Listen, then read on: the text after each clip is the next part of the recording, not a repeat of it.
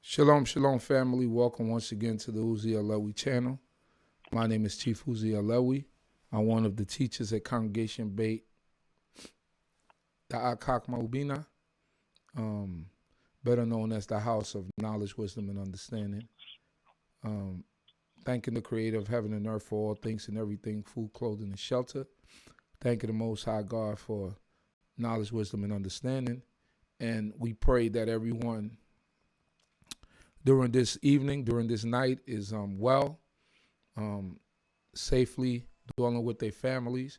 And we pray that the Creator will continue to be with each and every one of us, Kol Beit Yisrael, scattered in the four corners of the earth. So at this time, we're going to proceed with the Wisdom Corner being broken down or taught by Nasik, Zurishaddai ben Yehudah. And I know last week we missed, for those of you who come on a weekly basis, last week I missed.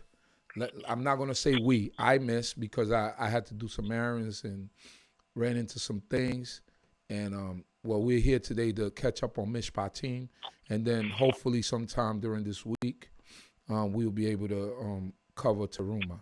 So, shalom, shalom, Nasira.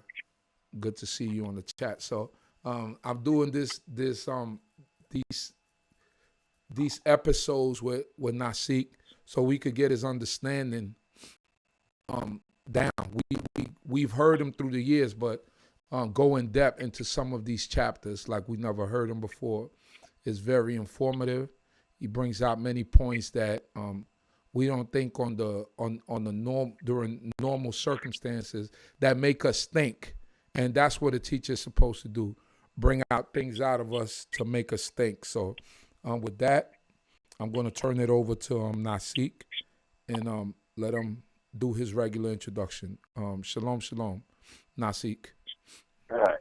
Shalom. First of all, I say, Adonai Shatad, Shtakupi, Agiti, Ateka, and also giving praise to the premature on the universe, God, my forefathers, God, Abraham, God, Yaakov, Right. and due respect to all the brothers and sisters out there, and a good, shout out a great job to d.c.b. I greet you all into my forefathers. Shalom Aleichem. Shalom Akai. Let me just correct one thing.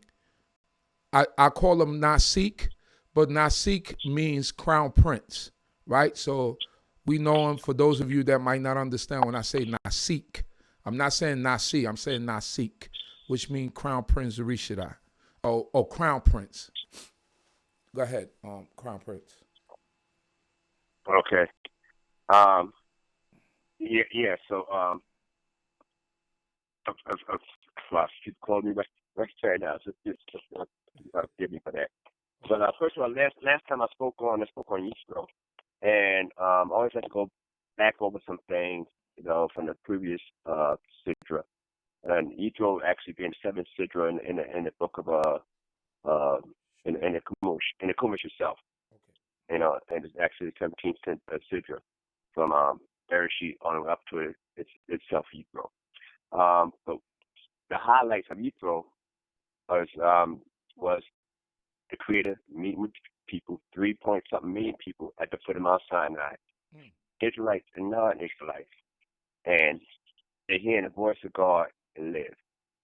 And that's the phenomenal thing. So some of the things that I could point out when we say to hear the voice of God, usually a voice have a limit.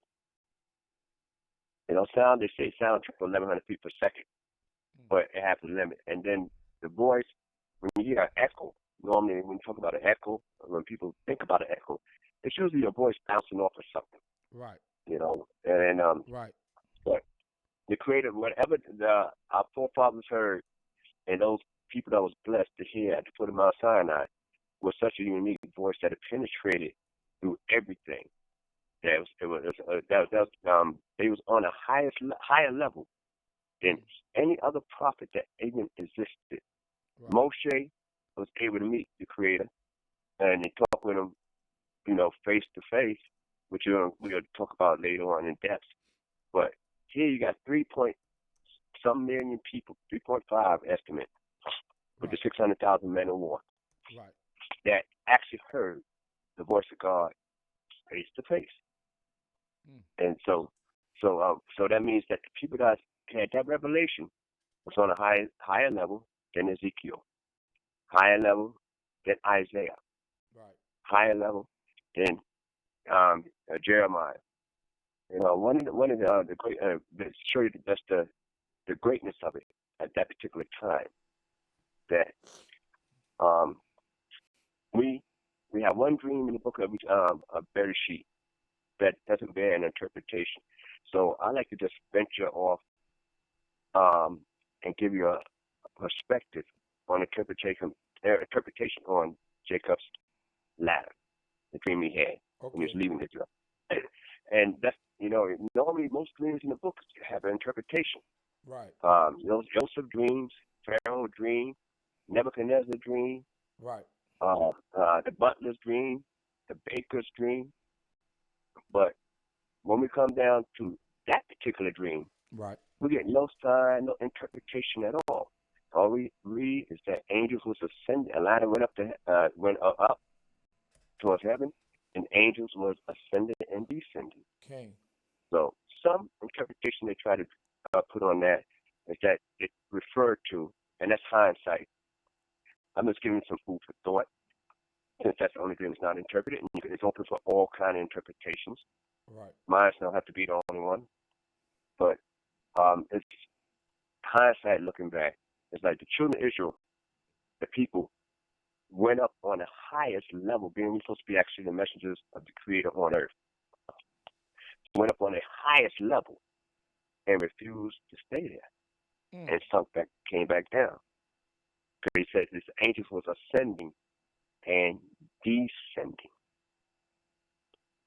So Israel themselves at the Mount of Sinai, they were sanctified, prepared for the third day, to meet with the Creator. Right.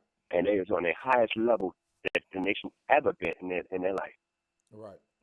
And they said, Moses, speak thou with us, and we will hear. But let not God will speak with us, lest we die. Lest we die. All right. So they didn't want to stay up there anymore. But yet that was the mission to go and meet with this great king. One more thing I like to bring out as well, that we know what month it is, but we don't have a date. And also in that same month, Siwan, the third month after our exodus out of Egypt, right, we know exactly, we know when Pesach supposed to come. We know when Sukkot supposed to be observed. Right. We know when Yom Kippur supposed to be observed. We know when Yom Kippur supposed to be observed. Right. We know when Shemini Atzeret at the end of the year supposed to be observed. Right. But on the date, the greatest date of our life, the highest level that we ever reached spiritually as a people, we don't have a date that's narrowed down. And just to bring out some perspective, why we don't have a date when we met with the Creator, yet we have a date when we left Egypt.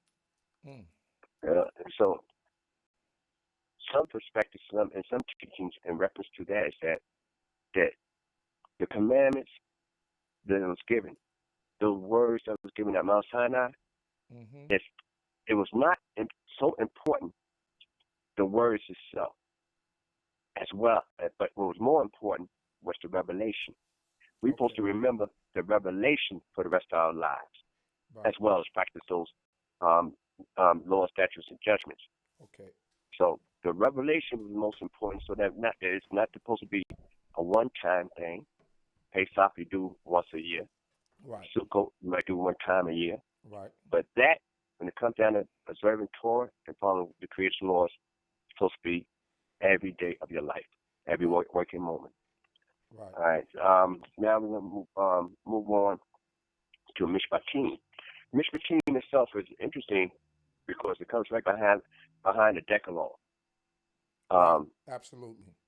And before I get into that, I just like to can you tell them what the Decalogue is for those that might not understand what that means, the Decalogue? Okay.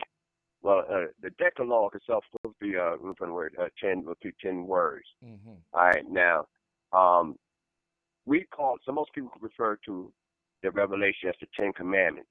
Okay. But we read that, I mean, and the Creator written with the finger of the Creator laid on for those that read that in the book, in the scriptures, that was 10 words. The word Devarim don't necessarily mean words alone. We have a Hebrew word which means milah, which means a word, W-O-R-D. Right. But Devarim can mean many things. The speaking, it can mean a word, but more so in this case here, when you talk about the revelation of Sinai, it means matters, issues, things.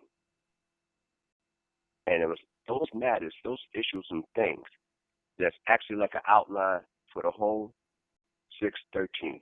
Most of all the 613 could be traced to one of those 10. So now I'll move on to Mishpatim. Mishpatim is interesting because it comes right behind it. And the first thing to talk about is in reference to a servant. Right. Now, and it said if you buy a Hebrew servant, here's a people that served for centuries in a land that wasn't theirs. Right. Invited down as guests. And yet the first civil law, we have is about a servant. Somebody you look at as low on the totem pole. And you would think that if the Creator freed the people from serving and bondage, why would you have those same people allowed to have servants? So those are matters to think about in that area. I'm not going to speak on it at length, but one of the things that we was brought out to, a slavery from Egypt, and the word Ebed means a servant, and it also means a slave. Same word in Hebrew. And you guys say, well, which one are we? Are we a servant or are we a slave? In English vernacular. Right. So the Creator said that the children of Israel are His servants. Okay. So when you are the servants of the Creator, the God of Abraham, Yitzchak, and Yaakov, you're supposed to not be served, but serve. So it's not a position of saying I'm greater than the next individual. That means that I will cater to the welfare of the next individual. Right. And that's our mission on earth. Okay. And our service to the Creator is to serve a fellow man. So, and it mentioned about what seems hard, a father selling his daughter and the servitude. Yeah. Well, Explain when we look that. at that. Yeah, explain that, because a lot of people don't understand that part of it. And some regions of the East they still practice that, actually. Right. Well, when it comes down to a father, he might be, destitute financially, and he said, I have this daughter that I want the best for him. Right. For her. And she's never called a slave in Hebrew. It's just the English vernacular. It says maid servant. Right. But when we check out the word in Hebrew and stuff like that, it means more like for motherhood. And her job was, that's why I said, she said, I will go out. She shall not go out as men servants do. Right.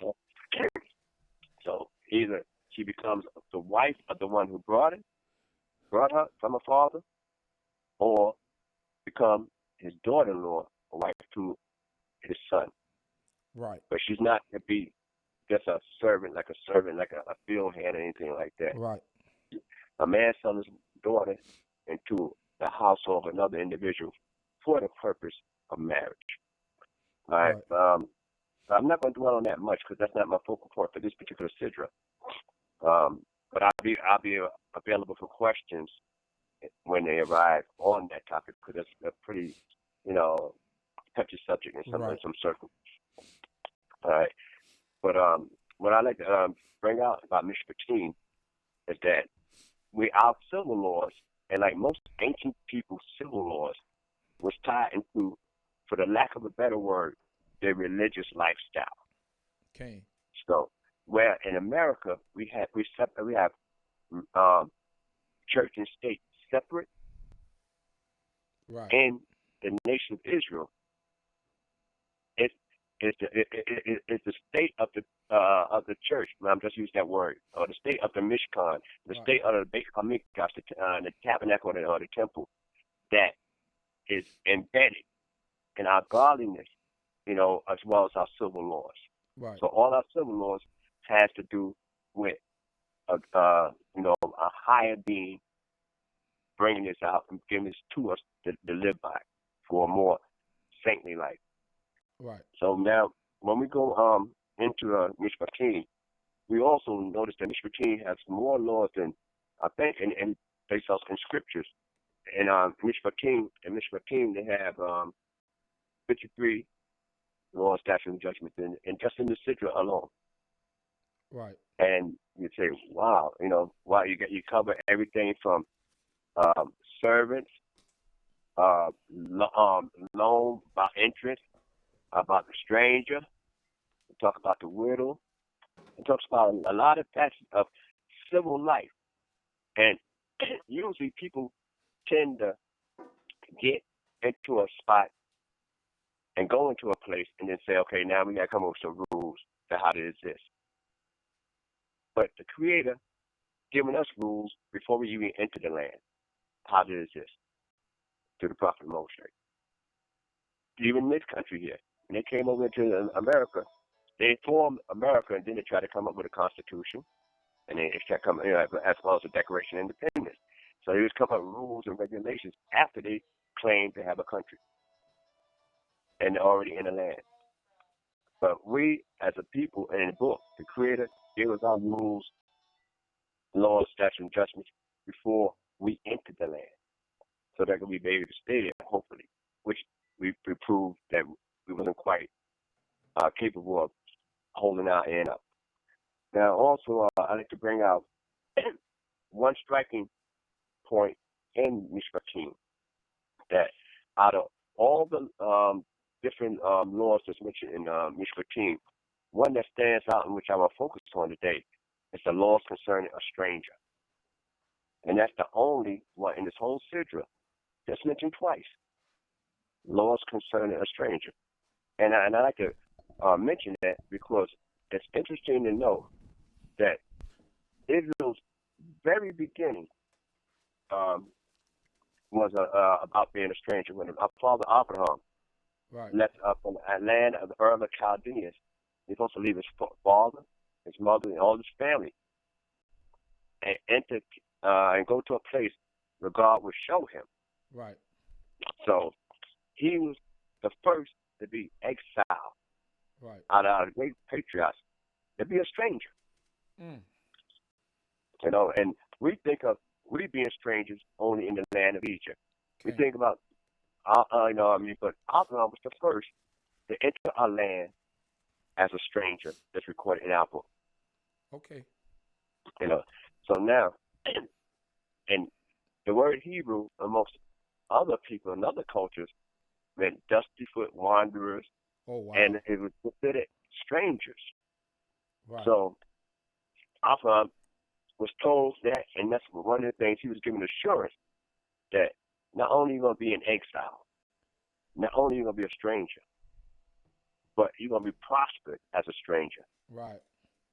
And through you, all the families of the earth will be blessed. To be blessed. All right. So now, let's move up further about stranger, because what does a stranger go through? A stranger loses, don't have any family around, don't have anyone to speak up for them. Right. Don't have anyone to come to their aid. Right. So, and it was so important in the Sidra, Mishpatim, when you talk about civil laws, you focus on the stranger. When I like to bring out some other points about strangers, that being a stranger, you feel vulnerable.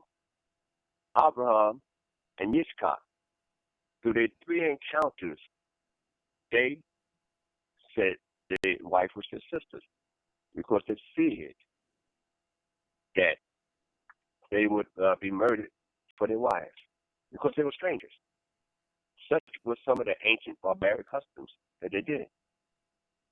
They get your wife. So a stranger feels vulnerable when you go into another land. Yaakov didn't have to go through that, saying my wives were my sisters. Right. But his father and his grandfather felt so estranged from the land that it was their custom to say their wife was a stranger because a stranger would be prey to other people. And when we go further in about a stranger, I like to bring out Moshe. When he named his first son, he said, I was a stranger there. Mm. Yet, he got family in the nation of Egypt. Right. And he knew his brethren. But he referred to himself when he named his first son after he left Egypt, I was a stranger there. Right. Gershom. But to show you how people detest them, most of the ancient people was alarmed at strangers and detested strangers. It was easy for Joseph that be strange unto his brethren and accuse them as spies. And Joseph, himself, when he sat down to eat, he ate by himself, his brothers ate by themselves, and the Egyptians ate by themselves because it was an abomination to eat with a Hebrew. Right. So though Joseph had all that authority, all that power, he still, being a stranger, was disdained for being a stranger. Right. Right. All right. So now we come into one of our first laws concerning the stranger. In the book of Shemot, Exodus, the 12th chapter, 49th verse, it reads, one law shall be to him that is homeborn, and unto the stranger that sojourneth among you. All right. This is the first. Now, when we talk about a stranger, we're the first nation that declare a stranger has the same right. And part of our liberation and redemption process. At the Passover, right, the Creator was told Pharaoh to let Israel go.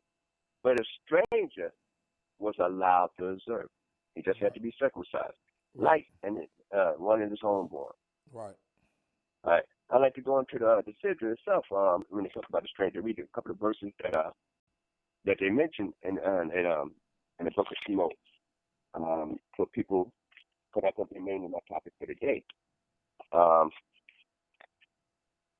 Exodus the 22nd chapter, around the 20th verse. And it reads that. Let me see. I'm gonna go. One second. I'm not fast. Young guy. You said 22nd chapter 20, verse. Yeah, 22nd, 20th verse. 22nd chapter. 20th It reads. Now, mine might read a little different than yours, but.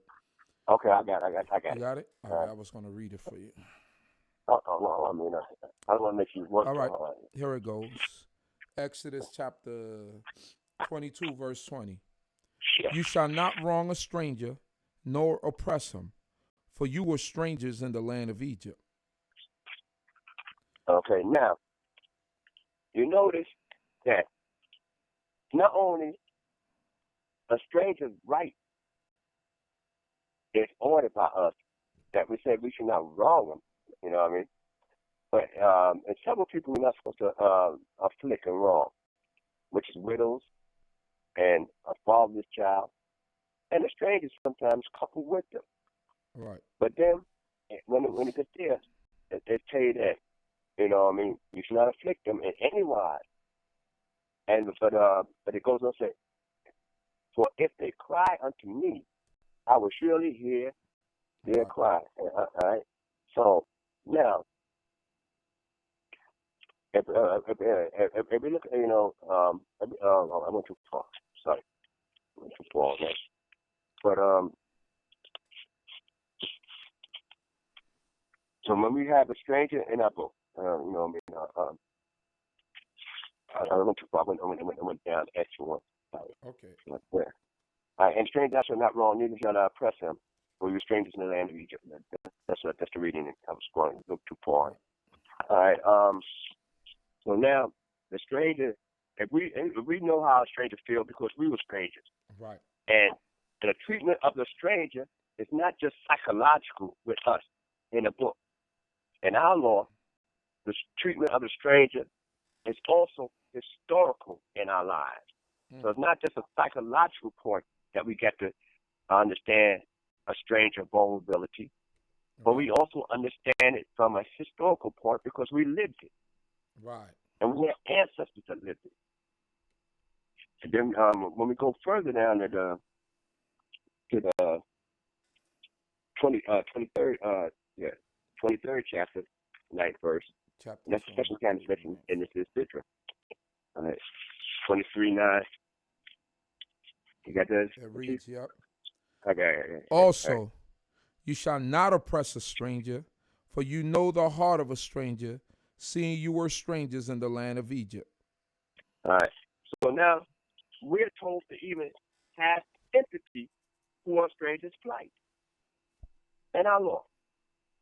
No other nation talks about a stranger has rights. Right.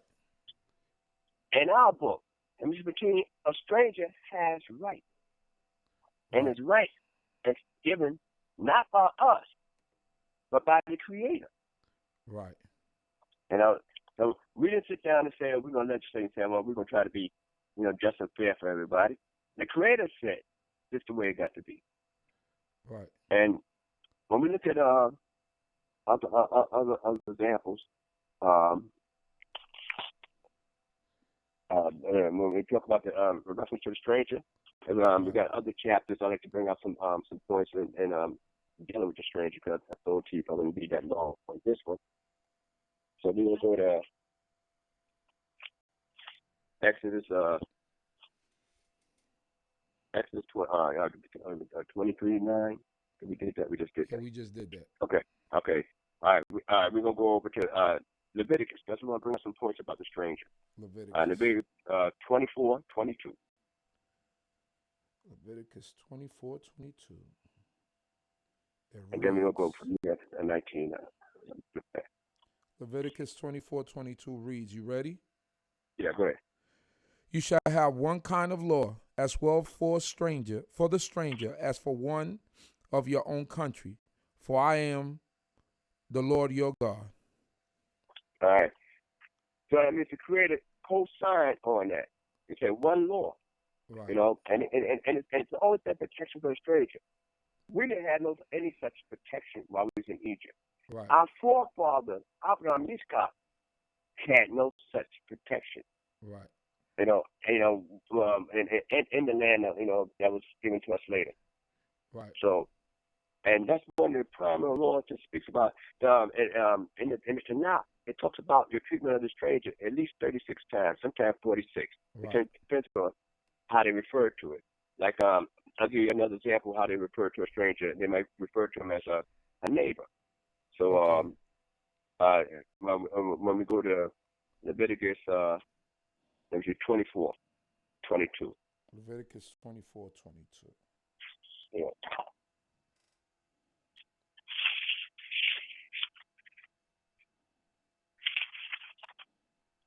It reads, you shall have one kind of law as well for the stranger as for one of your own country, for I am the Lord your God. Okay. You said 24:22, right? Right, 24:22. All right. That was yes. it. Okay. All right. One man and law.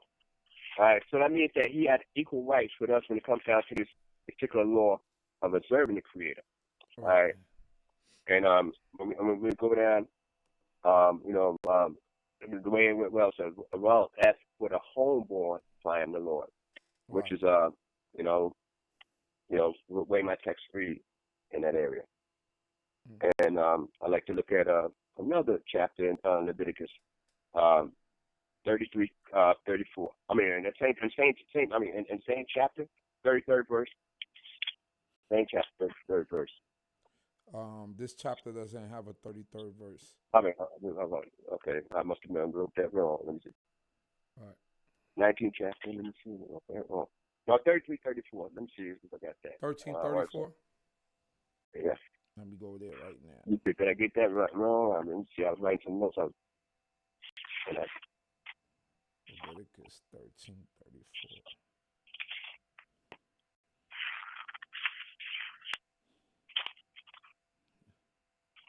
Here we go. You ready? Yeah.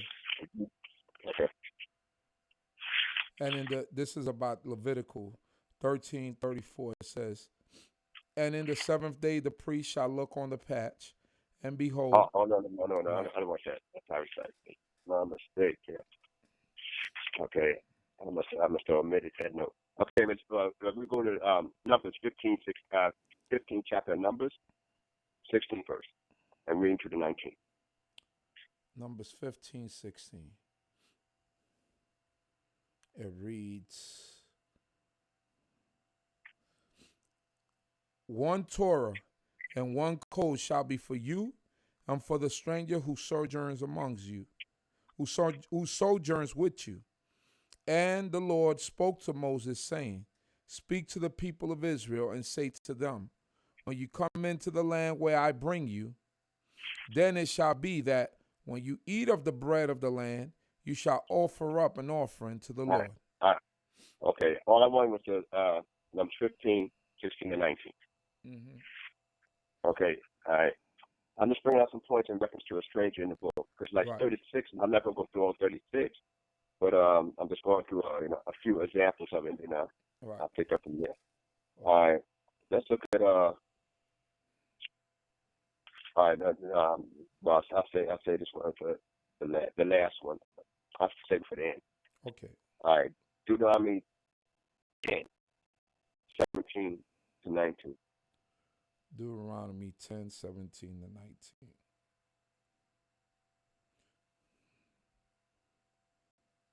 It reads, "For the Lord your God is God of gods and Lord of lords, a great, mighty, and awesome, which favors no person nor takes bribes.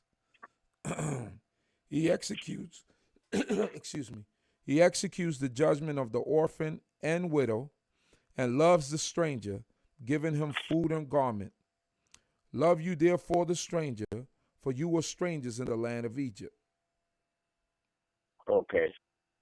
All right. Now I found my chapter. It's Leviticus 19:33.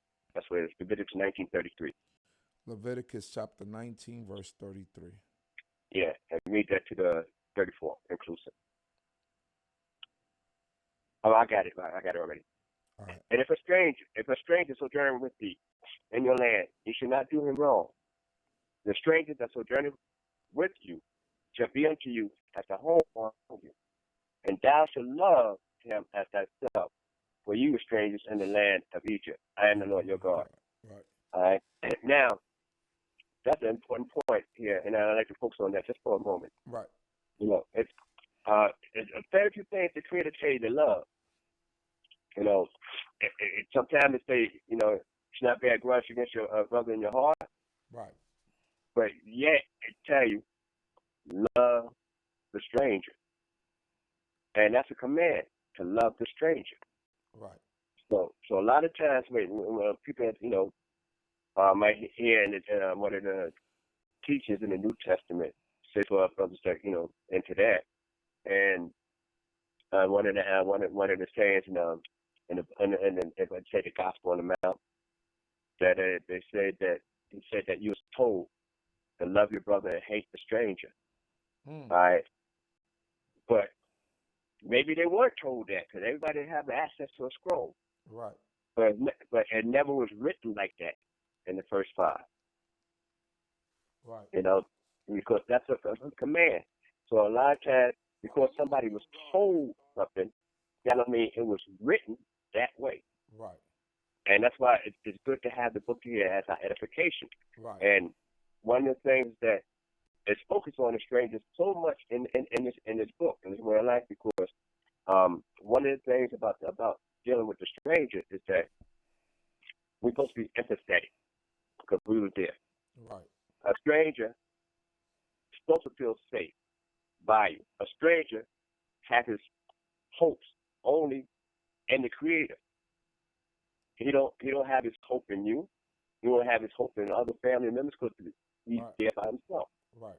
So all they can look to is to the Creator. Right. And it was the same situation with us. When we was mistreated as a stranger and we became vulnerable in the land of Egypt, that we looked to the Creator for our help and aid and assistance. Right. You know, and one of the things is I like to point out that though the Egyptians were hard on us, one of the things I was discussing with a brother is that Israel stayed in Egypt a little longer than necessary, you know, because they became accustomed to it. Right. And Lifestyle. Right. because when we talk about it, so you're in a strange land, and you force yourself to mingle amongst them people. Pharaoh said, look, they're more and mightier than us, and they're all over the place. And one of the things about that, we wasn't held hostage as individuals to leave Egypt. Right. Point to support it is that what Aaron doing out meet Moshe outside of Goshen, out there towards the wilderness. Right. That's where Aharon met him. It was against a long migration. Right. A big migration, that was the problem. And talking about serving the Creator, that became a problem. Right. But we noticed that our book is here to protect a lot of strangers on every level. And had we had that same protection in this country, we wouldn't have been afflicted as much as we did. But a lot of our win as a people was not so much our marches in this country here, not so much our fighting in this country here, right, but the Creator moved certain hearts where people did certain things that they don't understand why they did it. Okay. Because we don't have enough people to fight and gain anything. Right. We had towns, you hear about Rosewood, you hear about the Black Wall Street, right. Oklahoma. Oklahoma, right. Right. So the thing is that it's only because the Creator said He would defend them and fight for the stranger, right, the widow, the orphan. And we're not even told to love the widow. We're not even told to love the orphan, but we're told to love a stranger, which is something that's not natural for most people. Right. Absolutely. Right. And that is right must be protected at all times. At all times, right. And one of the things is, even in our law, and I like to finish on this because I was going to be in a brief on that, so you focus on one aspect. But all these laws, the Mishpatim, you can spend a good while on speaking. Right. So, and as I go into the room, I always like to come back to some certain points. Right. But when we look at the issue here, let me see here. All right. And when we talk about in Exodus 24 and 3, all right. All right, we're gonna talk about the Shabbat a little bit. We'll get to that. All right. We're gonna deal with Shabbat because one of the things about stranger and the Shabbat is tied in with that as well. Right. So we know the law of Shabbat in Exodus 20th chapter when the Creator spoke about Sinai, Revelation. But I'd like to go to Exodus 23:12. Exodus 23:12. Yes, and just finish off with the Shabbat itself. Exodus 23:12. Here we go. It reads, 6 days you shall do your work, and on the seventh day ye shall rest, that your ox and your ass may rest, and the son of your maidservant and the stranger may be refreshed. Okay. Now, the beast of burden is considered rest. Now, a lot of people, and I had to bring that up, that it's an animal. They talk about the animal having rest. But when it got to the human beings, it said, be refreshed. And they used the word nefesh, which is soul, for the word nishama, which means the breath, from the breath of life that was actually breathed into man's nostril and he became a living soul. So when you observe Shabbat, and that's also within the Sidra, and they talk about the Shabbat offering, most of them we keep in the Shabbat kept us. So when we observe in the Shabbat, we actually refreshing our soul. But you notice that if you had a servant, you don't even have authority over him on that day. Right. He'll serve 6 days a week. Right. But when it comes to Shabbat, you have no authority over him. So this is my free day. Give Right. it to me So, by God. and it raises a big issue, and say in the Jewish community, because they hire people to hit the light switch. They hire people, right. you know what I mean, to cook. Open the refrigerator. You know what I mean? They hire people to do things that they would not do themselves. Right. And they say, well, he's not, in this way of life. Right. But according to our law, right, and you dwell in the same neighborhood. That's right. All right? That even the stranger within your gates cannot work on the Shabbat day. Right. So, that's one, just to consider, how righteous can you be when the law defends the stranger so biblically throughout our scriptures that will hire an individual to do things that we know we could not do, and say and base it on the 7 Noachic laws that was given to Noah after the Ma'abu, after the flood. Right. So that we try to be better people, and we serve the Most High God, and we look to serve, not to be served, then we got to be mindful of the stranger, and the Shabbat itself said, just in case you don't remember, that's right, I'm gonna give a designated day off. Right. I'm gonna give them a designated day off. That's right. When you have no longer authority on it. Right. And it's signed off for the Creator. In that same chapter, read the 4th verse. 24, 24, 4. 24, 4 or 23, 4? No, 24, 4. 24, 4. Let me go there. Exodus chapter 24, verse 4, and it reads, And Moses wrote all the words of the Lord, and rose up early in the morning, and built an altar under the hill, and 12 pillars, and according to the 12 tribes of Israel. That's what that's what you needed? Okay. 24. 4. Right. Okay, and keep going up to 7. And he sent young men of the people of Israel, who offered burnt offerings and sacrificed peace offerings of oxen to the Lord. And Moses took half of the blood and put it in the basins, and half of the blood he sprinkled on the altar. And he took the book of the covenant and read it in the hearing of the people. And they said, All that the Lord has said we will do and obey. Okay. Now, the reason I wanted to bring that point out before, because we left off from Yithro, and we left off with the great revelation of Mount Sinai. Though I was focusing mostly on the stranger in this particular Sidra, because, like I said, 53 laws within Mishpatim. Right. So, and I'm trying to go through it. I just want to highlight some points in there. But you notice it says the book of the covenant. But it said Moses wrote in the 4th verse. I want to focus on this here. And Moses wrote all the words of the Lord and rose up early in the morning and built the altar under the mount and 12 pillars. Now, the reason I'm redundant in this area here is because we got to try to develop a timeline. Okay. Because this is before he got the tablets. Okay. This right after the Creator spoke with him. Right. All right. So he haven't ascended the mountain for 40 days as of yet.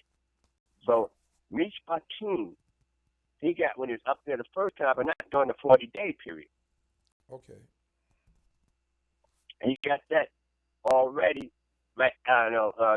When he went to visit the Creator, he had that law after the Decalogue, after Sidra Hadibro, the 10 words and 10 matters. Right. All right. And so now, when the people didn't want to hear, and Moses became the spokesman, Moses needed a contract. Because when we left off at Shemot, right, it said he drew into the thick darkness where God was. That's what it said. All right. So now he didn't stay there for the 40 days at that particular time. And I'm bringing this up because things going to happen, as y'all know, shifted as a Sidra. So he already wrote down. So we didn't have a blind contract at first. We had a written contract at first by Moshe. Right. And I want to make that perfectly clear that we had a contract and said, Moshe said, this is the deal. This is what we're going to be part of. This was some of the things you got to follow. This is what I'm telling you now. All right, because we didn't want to hear the Creator anymore. Right. And then the 24th verse of Exodus, the 7th chapter before, it says, all the Lord shall say we will do. Right. But, but here, only in this particular point right here, when you get to 24:7, it uses the term, now I say, Manishma. All right. Now I say, Manishma, that means we will do and hear. Just the reverse. Okay. All right, just the reverse. And I want to bring it out before. Right. We accepted whatever else he say without knowing what it is, and we're going to do it. Right. But before, it's always, what we know already, we're going to accept. Right. All the Lord shall say, we will do. What we know already, we will accept. Right. And what Moses wrote and sanctified the people after that, Mount Torah, again with the blood and the altar, that they already knew what was there in that writing. Right. But that's not the tablet. Right. Moses had to go and get the tablet. Okay. Right. So, and I bring that up. The reason I brought that up is because the timeline is important when we get into the next two portions. Absolutely. All right. So I'm pretty much done there. I hope I didn't chop it up too bad. No, and brief. It was excellent. But, and I hope people got something out of it. And any mistakes have only been my own. Don't blame d.c.b. This is actually on the Uzi Alewi channel, so don't blame d.c.b. or the Uzi Alewi channel. So you can direct your questions to me. Anything in the future. I know most people get ready to go to bed to get to work, and I'll try to be a little bit more thorough next time, and as well as brief. No, it was definitely sure. It was a good. I like what you brought out about the stranger and our behavior with the stranger. That it tells you to love the stranger. It doesn't even tell you to love the widow. It just tells you, it emphasizes. You emphasize and you brought out the point about the stranger. And I believe the main part is because we were strangers in Egypt and we didn't like the treatment in Egypt. So it was definitely eye-opening. It's things that you read and that you think you know and you understand until somebody brings that other little part out of it, Well, it's about not only if you and when you tell you to love the stranger, that's an emotion, that's commanded. Right. And that's and since you're commanded about an emotion, right, that means your treatment would develop into a love. Into a love. In that area, because if you don't see him as a man, right, you must see him as the image and divine presence of the Creator within the individual. Okay.